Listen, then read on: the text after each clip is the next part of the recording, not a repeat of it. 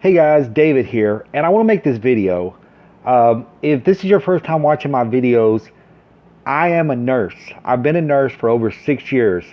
I'm a travel nurse. Right now, as you can see, I'm in a hotel room.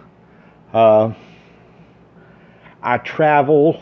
I've worked all over the United States, and I wanted to make this video because I know there's a lot of confusion, especially if you go on Facebook and Twit, as I call it. But okay, please go back and watch this video.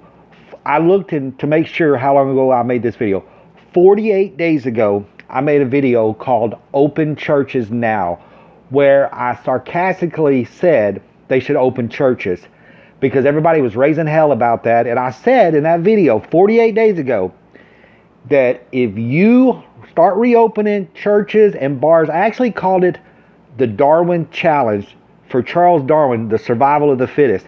And I said that we were going to have what we're seeing now, this huge outbreak. So now I know that they want to open schools. So I'm telling you people out there, if you're parents, which I am, I have an 8-year-old daughter who I am not sending back to school. Luckily, I make enough money that my wife can stay at home, and she is homeschooling my daughter. My daughter has been in school. This will be her 3rd grade year, but she's going to be homeschooled. And I'm a nurse, and I'm telling you, do not listen to these politicians, any of them, Republicans, Democrats. I don't care if you support Trump. I don't care. Do not send your kid back to school. I have worked with COVID patients. Fortunately, which it would be hard for me, I haven't had to work with any kids. But because I work around doctors and I work with other nurses who do work with kids, you don't understand. Children can get this disease. They can spread it. All of that you're seeing on the news and hearing on talk radio is those people are not medical professionals. They don't work in the field. Kids can get it.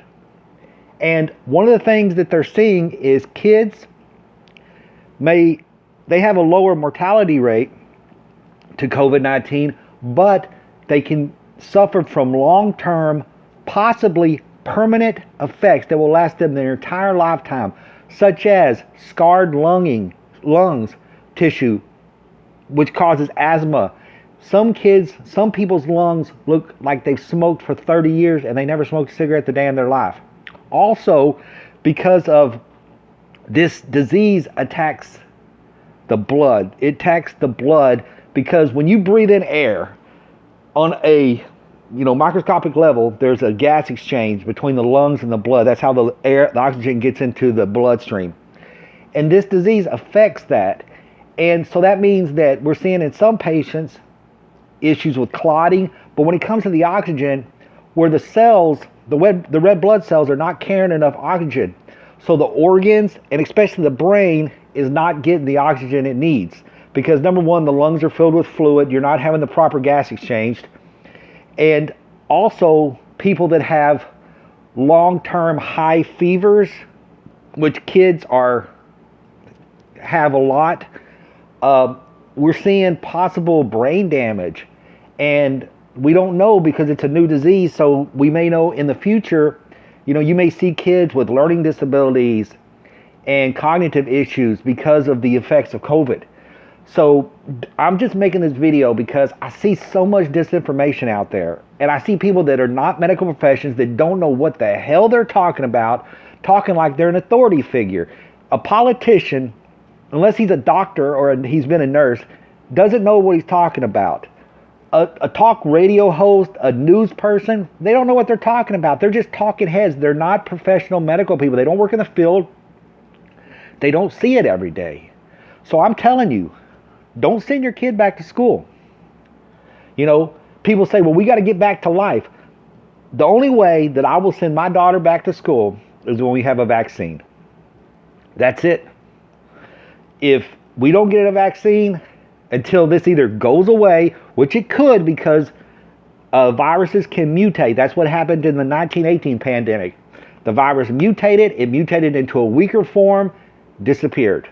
Now, this could happen with coronavirus. It could mutate into a weaker form and disappear. But unless that happens, or we get a vaccine, My daughter is going to be homeschooled from now on. And that's just the way it's going to be.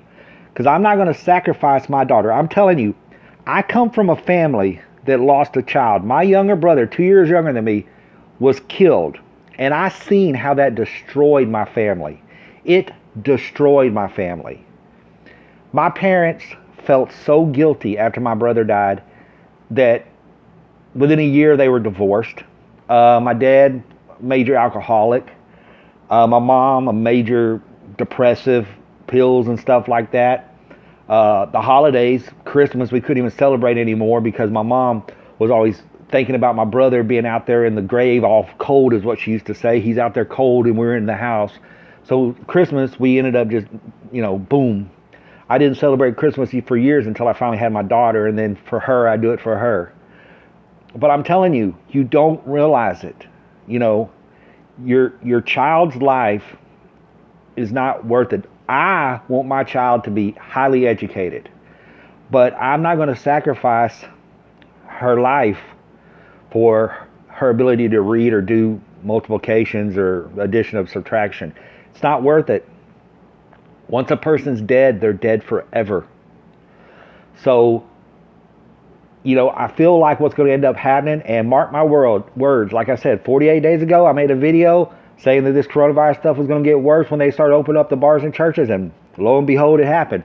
And mark my words again, if they open up the schools, it's going to be guinea pigs, and it's going to be the people who can't afford to homeschool and aren't able to stay home. The poor kids are going to suffer, and they're going to go to school, and I'm praying, I hope not, even though I don't believe in God, I'm praying to karma that it doesn't happen and nobody gets sick. I don't want to see a bunch of kids dying. But I'm saying, if you have the means and the capability, don't send your kid to school. This is just coming from me. This is David, Zoe Zizzles. Make sure you like and subscribe. Bye.